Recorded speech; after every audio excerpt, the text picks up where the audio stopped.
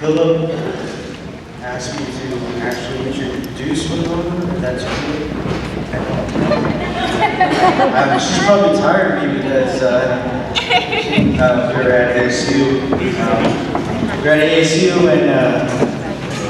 And one of the things I told her was my name, and I don't even realize it anymore.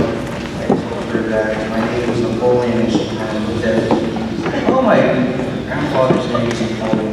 When I first got exposed to Winona, she said something that kind of stuck with me. It was that you wake up Indian and you go to sleep Indian. And so that's something that always stuck with me. When Winona said that you wake up Indian and you go to sleep Indian. These struggles continue wherever you are. You look in the mirror and you see yourself, and you remember when you step out into the world who you are, and you know that there's going to be somebody always behind you watching you, and you have to be very vigilant with that. You have to be very open. You have to be very strong. You know, environmental justice activists, and for Indigenous people, really that means defending the sacred. You can call it whatever it is, but every patch of this so-called United States, there's been some territory that's been invaded, and it's over some sacred land. And you might not notice it, but people will tell you, elders will tell you how the importance of where you're at. Thank you. Mascot and thank you guys. How are y'all?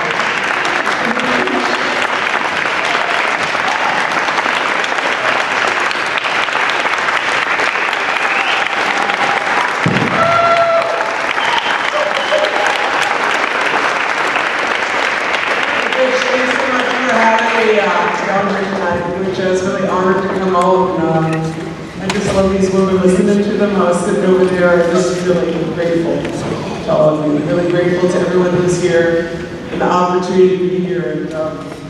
And my nephew Napoleon here. You know, I came to you kind of in a roundabout way. I've been on a little bit of a road trip, which kind of happens to me sometimes. And so I was out east. I went to Pennsylvania, and I went to speak at a college here earlier this week. And I didn't know it was in the same town as Carlisle, which is the main boarding school, right?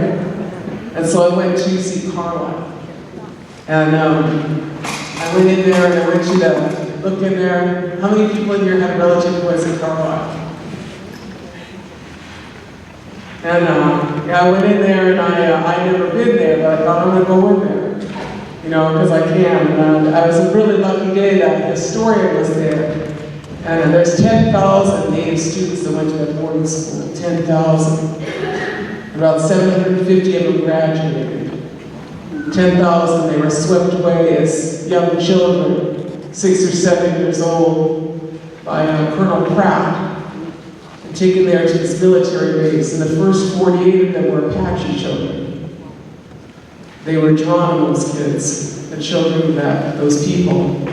And they took those people, they took those kids, they were prisoners of war. Prisoners of war, and they took them there to that place. And it was a sad thing, you know? And then they took some Lakota children from Rosebud and from Pine Ridge, Spotted Tail, and Red Cloud's children. They took them there. And they took my grandfather and my great-uncle Napoleon too. And that's when I see this young man, I said, that's like seeing that guy again. And 2 of their brothers, they all went there. And I was thinking how scared those children must have been. Go that far away from their home, arrive in the middle of the night, get off a train and go into the edge of a military base, a place they'd never seen. And it was really moving to me to see that, to be there, you know? And I got to go in there, and I got to read my grandpa's school record. And you know, he was in the Invincible Debating Society. So that was funny. I always thought I got the gift of gab from my mother. But, you know, I just want to say that I did that before I came here, and I thought about your community. And I went to the cemetery. And something in the cemetery was really moving is that every native grave there had a little felt horse that someone had made in a little tobacco pouch. So I want to say that your ancestors and your relatives' graves are in good order. I went and I attended to some of our graves. There were some Ojibwe graves there. And I looked around, and some of the little horses, they were gone. They had like moved around, so I straightened the herd out. Kind of herd back to the right people, because there was a big snowstorm, so they were kind of dispersing around. So that all sorted out. I want to say that because we don't forget those things, actually. There's an intergenerational memory in our communities that remember that happened. And I was glad to be able to go back there to tend to things. And I was also really glad to be able to go there and see that other people were tending to things too. That those graves were well taken care of. And our ancestors and our relatives were there. And so I just want to say that that's a little bit of where I came from to be here. And sometimes you go on these road trips, and there's a couple lessons I learned out of that, aside from the fact that I was really taken with that whole experience. And one of the things I learned is that the idea of taking those children and calling them prisoners of war and then putting them in incarceration reminds me exactly of what they're trying to do now to a whole bunch of people, a whole bunch of children. They're trying to deny them basic services. They're putting them in incarceration camps that they're making prisoners out of these children that come from this area. Come from this land here. Children that should not happen to. And so I think about that wall that man wants to make and what it means for all those children. And how we shouldn't do that to people again. We shouldn't make them prisoners of war. Children should not be criminals. That's what I feel like. And also, I thought about that, and I thought about how, I was coming down here to see y'all. So I think about the privilege of my life. I'm a pretty privileged person. I've lived a good life, and I'm really glad to see all these young women doing this good work. I'm looking for my retirement plan. Thank you all for your good work here, but I was thinking about when I was a young woman one time, and I was listening to what you were all saying about being at Standing Rock, because I was at Standing Rock too, and it was nice, I'm really proud of us when we were up there. I'm proud of the 10,000, 15,000 people who were at Standing Rock, and how that changed us. And it was really a seminal moment in this country. It's a seminal moment. And all of us that went there, it changed us all. It changed America, it changed this moment. But I remember a long time ago, I was a privileged young woman. I got to sit with two great Oglala chiefs. I was about 18 years of age, and I got to be with Frank Fools Crow and Matthew King, two of the great Oglala chiefs. And I was a really young woman, and I got to sit with them, and I don't know how I was so lucky as to sit with those two men and we talked.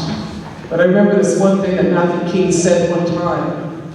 That's what he said is the only thing sadder than an Indian who isn't free.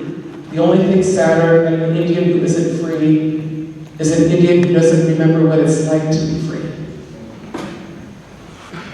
And I thought about that, and I thought about how Standing Rock reminded us what it was like to be free.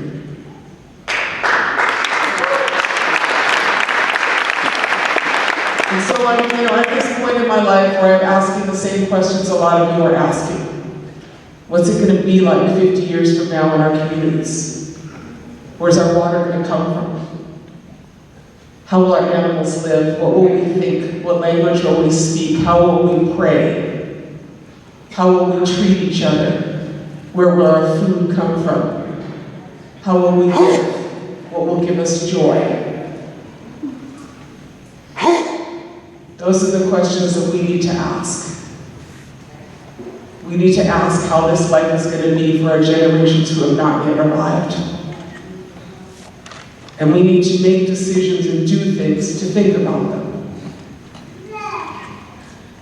This is our time to do that. And so I think about where we are now at this moment in time.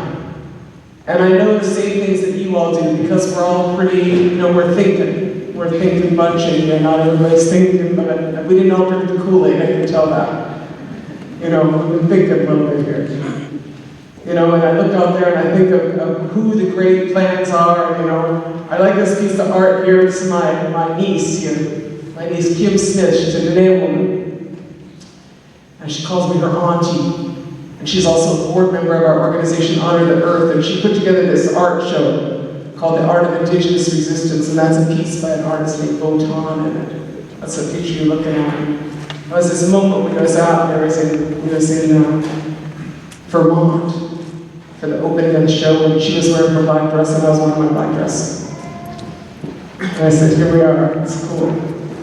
But what I want to say is, look, I think there's two different ways in our teachings. There's a time of the seventh fire, that's what this is called. A time when we have a choice as a Anishinaabe people. The prophets told us that this time we would have a choice between two paths. And one path, they said, would be well-worn but scorched. And the other path would not be well-worn and it would be green. And it would be our choice as Anishinaabe people to determine which path we would go upon. That's what those prophets told us a really long time ago, that we would have a choice between those two paths. They said that would be us as Anishinaabe people. And I'm pretty sure that is where we all are. Not just Anishinaabe people. Got a choice between one really well-worn and scorched path that they have been on in this predator economy for the past 150 years. And a path that is not that path. A path that is in keeping with the laws of the Creator. A path that is in keeping with our teachings.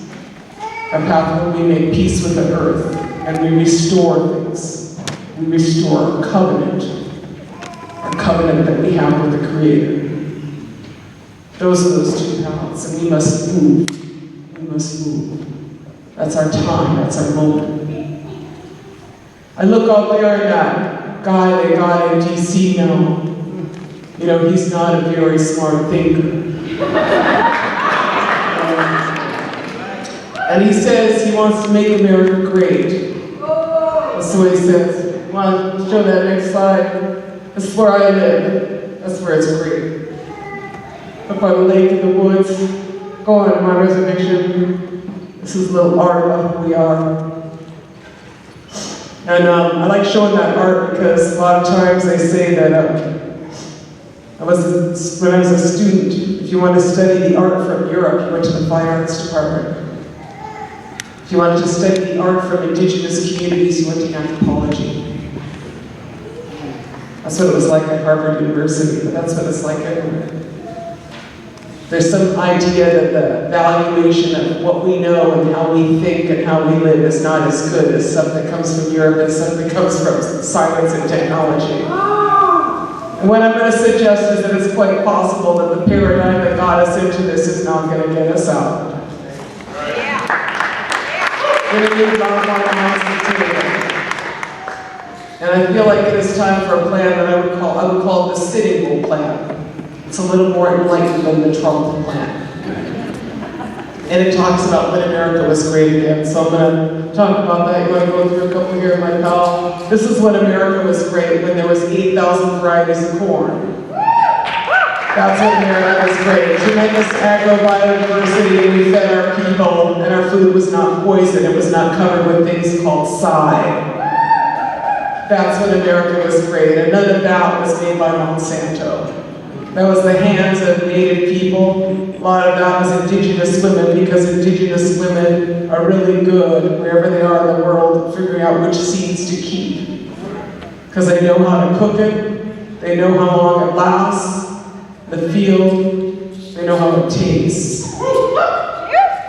Those are pretty good indicators of why you want to keep a plant, you know? How things. So that's when America was great, 8,000 varieties of corn. America was great when there's 250 species of grass in the northern plains. Tremendous biodiversity. That's when America was great. And when there was 50 million buffalo, that's when America was great. When there was billions of passenger pigeons that traversed the sky until it darkened for day after day after day. When there were so many more trees on our land, where there were fish everywhere, and you could drink the water. When you could dig down a little bit, get some water for your animal, the spring would fill. That's when America was great. And we are not people who suffer from ecological amnesia. We don't forget. You know, some people in this country, they forgot what it was like when you could drink the water there, or when there were some trees there. Or maybe when the mountain was there. They forgot that. We'll forget that. We'll forget that. We're not going to forget that. We don't want to be the people that forget those things. We want to be the people that live that. So that's what this is about. It's about our ability to live and our ability to have a covenant with the Creator and to keep that covenant, and its ability for our generations ahead. So I'll tell you a little story. My community, northern Minnesota, in Chenango, we don't have any oil. We kind of live in peace, we got a lot of wildlife, so cool. We like our life. One day, a company called Enbridge announced they want to throw a pipeline across right by our largest wild rice lake. Mother lode of wild rice, the only place in the world that grows. It's our territory. It's our sacred food. And they said they want to throw a 640,000 barrel per day pipeline, carrying fracked oil out of North Dakota, the Bakken brownfields. They want to throw it across our territory.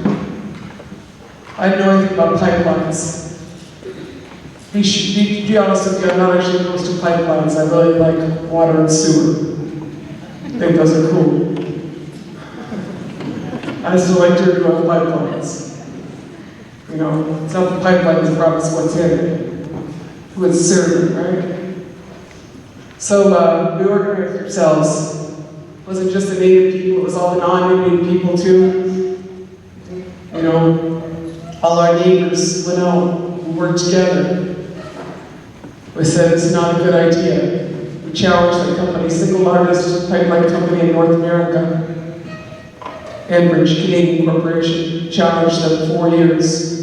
Ceremonies, rode our horses, intervened in the regulatory process. I agree, the system does not work. We tried everything. Court case, court ruled that they had to do an environmental impact statement, the Enbridge company. We battled them for 4 years, it cost them $600 million. Then one day, August 2nd of last year, they announced that they were going to withdraw all of their requests, all of their permit applications for that pipeline.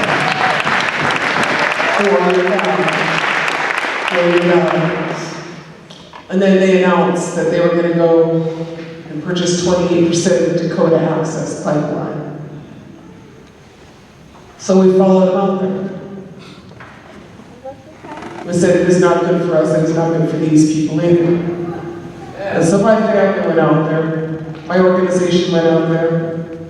I went out there some, nowhere near the amount of time that a lot of these water protectors spent out there. And I'm very grateful to the water protectors and their courage. Their courage. I had horses out there.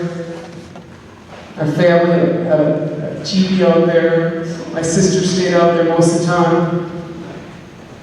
My animals were out there. Children were out there. You know, we stood with those people. And y'all know what it looked like. Go through some of these pictures. That's when they put the dogs on us. That's when they sprayed our people in the river. That's when they brought out the MRAP. You know, that's what happens, and that's what's happening all over this country. They're really busy surplusing military equipment to police departments. And when you surplus military equipment to police departments end up with things that they shouldn't use on people. Like an MRAP, mine-resistant armored personnel carrier. To the best of my knowledge, there are no landmines in North Dakota that would require an MRAP. So, you know, this is what it looked like there when our people were leaving.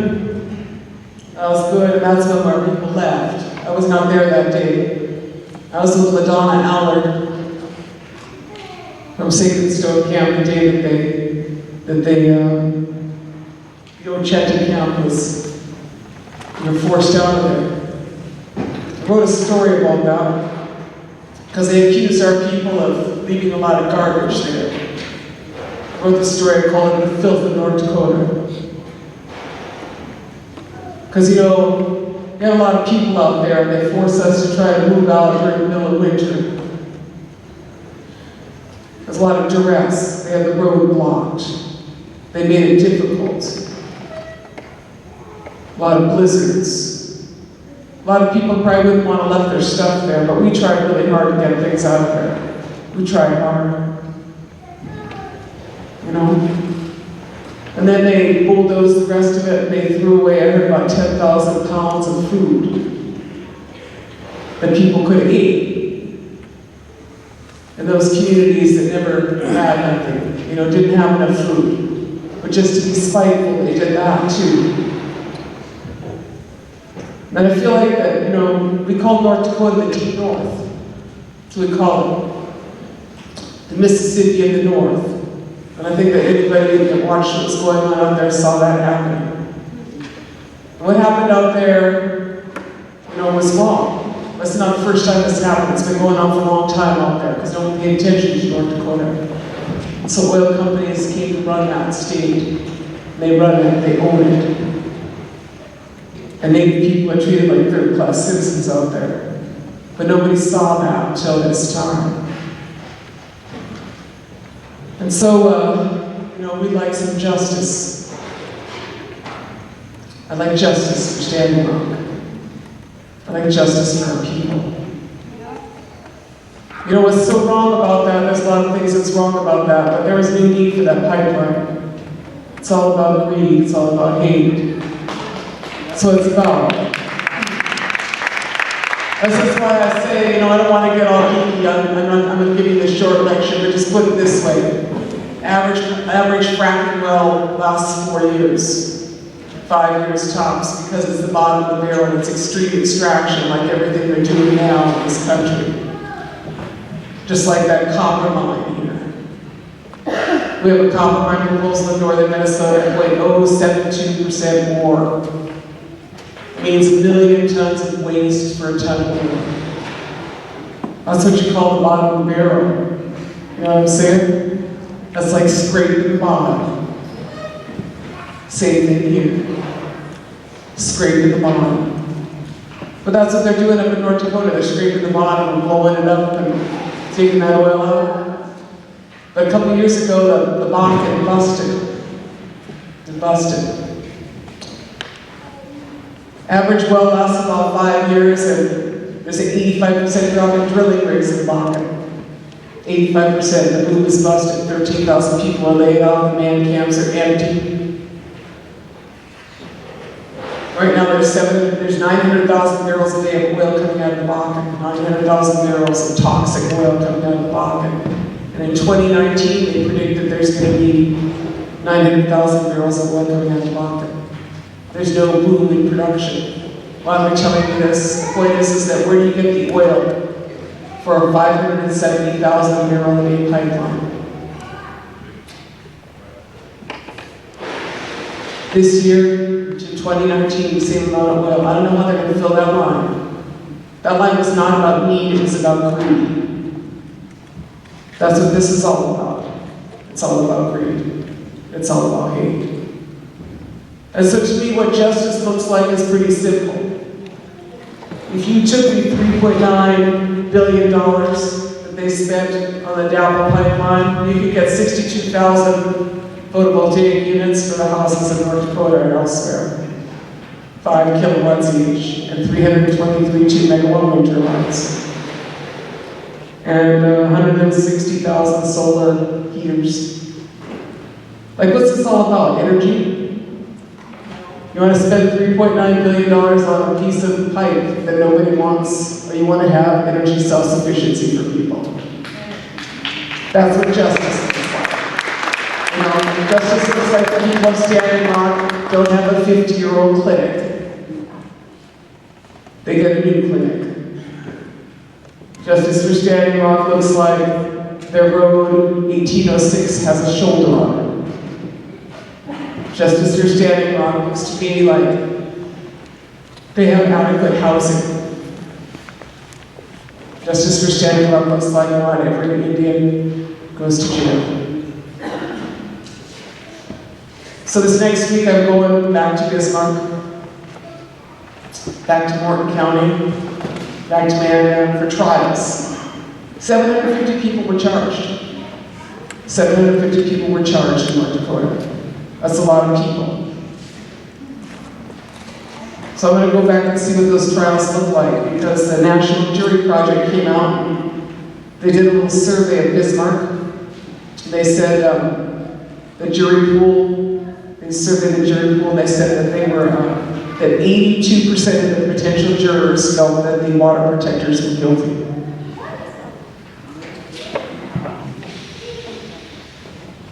Did I tell you that we call it the Deep North? So what I want to say is this. If you have people who were arrested, or if you know people who were arrested, or some of your groups, your church groups or whatever can join, we're asking you to make some freedom rider trips to North Dakota. I think people should go to those courts and sit there and watch those juries, watch those judges deliberate, and say, are we going to go hold you accountable for justice, North Dakota? We're going to hold you accountable for justice.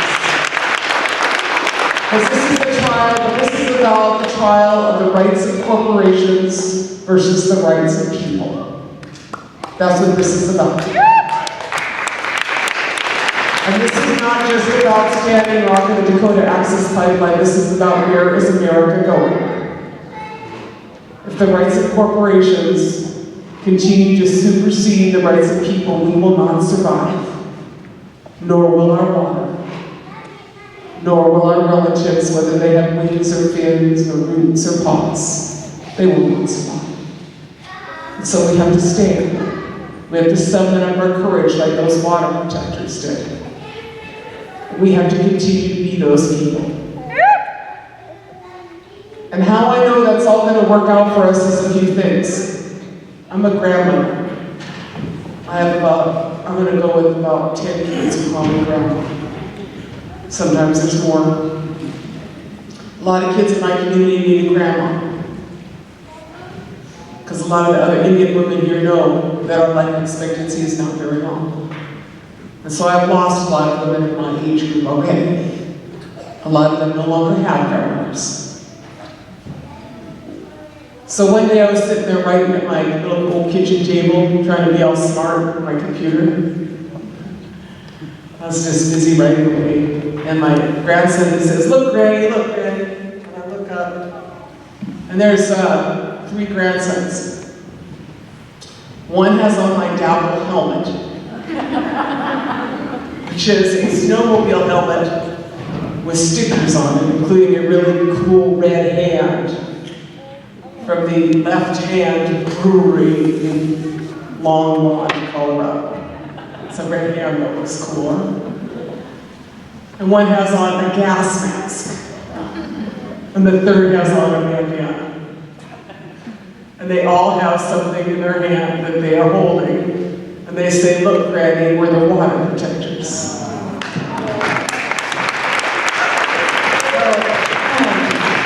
what I'm saying is like, that's how I know. There's a whole bunch of people that are very courageous. Because I got a whole bunch of them that are 10 years old. Those are water protectors. So let us nurture them. Let us nourish them. Let us feed their spirits. Right? Let us care for them. Let us care for each other. It's been a long haul. It's already been a long haul for us. But we have a good life the Creator gave us. We have a good life the Creator gave us here. And they have no right to interrupt that life. They have no right to take our lives. They have no right to take our land. They have no right to take our water. They have no right to take our future.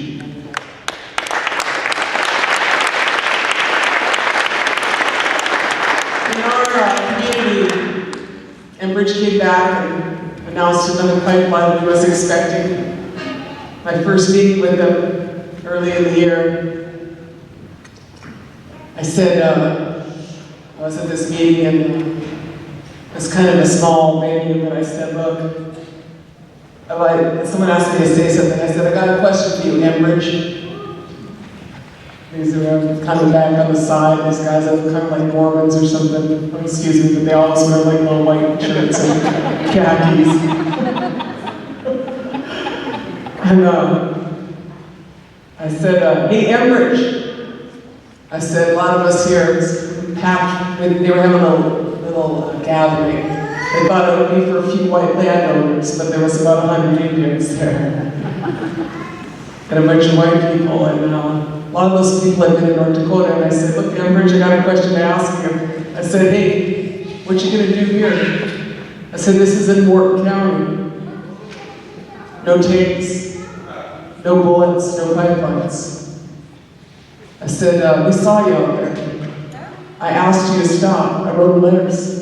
I texted them, called them. I had a certain person I talked to. We called them the Indian listener. It's kind of like a dysfunctional relationship. I texted her, called her, and she responded. I said, I asked you to demilitarize that. I asked you to pull out the dogs. I wrote you a letter, I asked you to ask for EIS, asked you to pull the tanks. You had 28% of interest in that pipeline. You could have stopped that. You could have stopped our people from being hurt, Enbridge. You didn't do that. So I told them at this meeting, I said, so I'm going to hold you responsible for 28% of the injuries. I'm going to hold you responsible for 28% of the bullets, Enbridge. I'm going to hold you responsible for 28% of the tanks. Right? Don't forget anything. You need to do that to us. So that's what I've been working on. I was working on that this afternoon. We're in a big battle at home. But it was long haul. You know, I know we're going to beat these guys for a few reasons, aside from the fact that I have a fabulous collection of water protectors who live with me. I know that this is the end of that fossil fuel era. We all know that. That holding on for every little last scrap they think they can get. But even Rex Tillerson don't got no game. He lost most of his company's assets between 40 million and 3.8 million in 5 years. 3.8 billion in net assets. You know, he lost a whole bunch of money. And they're trying to hang on at the end of this era. Divestment movement's growing. Not just the doubtful divestment movement, but the divestment movement on fossil fuels. Shell pulled out of the tar sands an $8 billion project about 2 weeks ago. The president, I call him predator-in-chief, has been willy-nilly approving pipelines that there's not even oil for. Build it, you will come, just like that damn wall, huh? Build it, just go build it. You know, what I want to see is, I want to see that instead of building $30, $40 billion worth of pipelines for oil companies, what if we put $30 or $40 billion into infrastructure that made sense in this country?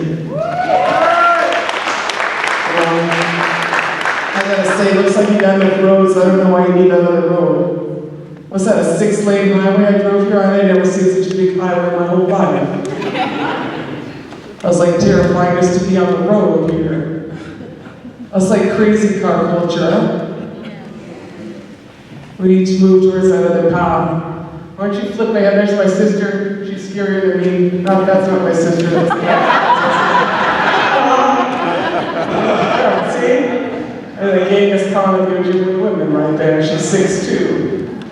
That's what I say. Is, you know, when they say talk about 7th generation from now, people were taken care of 4 generations from now. 4 generations from now, if they get their way, those people will not be able to live. That's pretty much it. So it's our shot. It's our responsibility to take these things up and to do this work. But I know all their stuff is kind of coming to an end for a few reasons. One of them is because I was reading this with my Harvard magazine, and there they have this story about Mara Prentice. She's the physics professor at Harvard. She's a super smart lady, but anyway, she has a little story. In that story, she says, look, fossil fuel era is coming to an end because the vehicle that y'all drove in here in, combustion engine is 16% efficient. 16% efficient. So what kind of stupid society would drive around in a car that's 16% efficient? An electric cars, you know how efficient that is? 65% efficient. So it's time to quit doing dumb stuff. It's time to move to local food. Time to go solar. Time to take care of our water. Time to take care of the land that we live on. Time to quit moving around. You know, I don't know, most people here look like they've been here a long time, but a lot of people move out here to Arizona and I'm like, just stay put then. Quit trying to find a new frontier, there's no place else to go. Be a patriot to the land, not to a flag. Be a patriot to the land, take care of it. And keep your courage up. That's cool stuff. That's my community, though. That's what I work for. That's our ricers. And go a couple more. That's my corn I grow on the right. Grow cool corn. Don't waste energy. Go renewable. Divest. Y'all get that message? Yeah. Okay. This is my community. Go back one. They did a film on it last year called The Seventh Fire. Our village of Pine Point. It's a community that nothing ever trickled down to. And kind of tough film. So we looked at that film, we didn't like it, so we decided to change our village. Instead of our tagged up village, that's what we did to our tagged up garage. Next one here, a solar at my house. Next one, solar thermal forest community on my reservation. That's what we did. Next one, painted that house too, huh? Isn't that cool? Next one, that's our water tower. Next one, that's what our future is. That's all solar grids, microgrid. That's our plan. That's Winona LaDuke's plan. That's her solar for her village. Middle of the tar sands. I just want to say, look, you know, there's two paths. I know what path we're taking in my community. I think y'all got your eye on the same path. Gotta stay strong, gotta stay committed, gotta work together. City bully said, let us put our minds together to see what kind of future we make for our children. You know, and as last couple of years, had a lot of privilege. A couple of years ago, I rode my horse out in Washington, D.C. with the Cowboys and Indians like the Keystone Pipeline. Right after go do that again. Me and my sister, we rode our horses. And at the end of our ride, we ended up at our teepee on the Washington Mall. That sounds cool, huh? We're hanging out in our teepees on the Washington Mall. We felt very cool. My kids were in my teepee, and then cool people were in our teepee, like Neil Young was in our teepee, and Daryl Hannah was in our teepee. So I have two 15-year-old boys that was in my teepee, and they were feeling cool. But anyway, I'm sitting there in my teepee, and this one white guy sticks his head in the teepee, and he says, Miss LaDuke, would you like to go for a ride in my car? And I looked at him and I said, like, that's such a crazy pickup line. And I'm thinking this, you know, like, that's like 80s or something, right? Like, why would I want to go for a ride in your car? I don't even know you. That's what I'm thinking, and my boys are going, no, Mom, you don't want to go for a ride in that guy's car, right? And this guy is like, he looks at me and he says, it's a Tesla. And I was like, yes, I want to go for a ride in your car.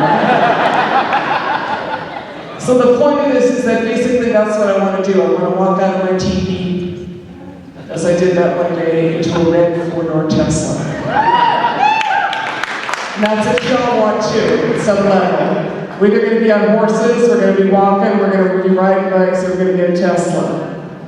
No second-rate stuff. We want the good technology. No pretending. We got the chance to do this. And we're the ones who are going to. You know, the time is now. I'm going to leave you with one last quote. my friend, my nephew, Nick Tilson, at Thunder Valley Community Development Corporation. I was reading their annual report a couple years ago, and I had seen this quote in there, and I called him up. I said, Nick, can I use that quote? And he said, yeah, Auntie, but let me tell you where it come from. That's what he told me. I'll tell you the quote. He said, there's a bunch of us Oglala men. We were outside of our sweat, getting ready to go in. And we were kind of talking smack. So he said, we were kind of talking smack. It was like, this, tribal council didn't do this person didn't do that, just talking like that. I just say that because I think every Native person here knows that sometimes Indians talk smack. But get ready to go in their sweat lodge, right? They're gonna go in, and they go in that lodge, and they said, this is what he said. He said, the spirit came into the lodge, and the spirit said this. So that's the quote. He said, that's where the quote came from, the spirit said it. They said, that spirit said, how long are you gonna let others determine the future for your children? Are we not warriors? When our ancestors went into battle, they did not know what the consequences were gonna be. All they knew is that if they did nothing, things would not go well for their children. Do not operate out of a place of fear. Operate out of a place of hope. Because with hope, everything is possible. Time is now, movement's here. We worship you.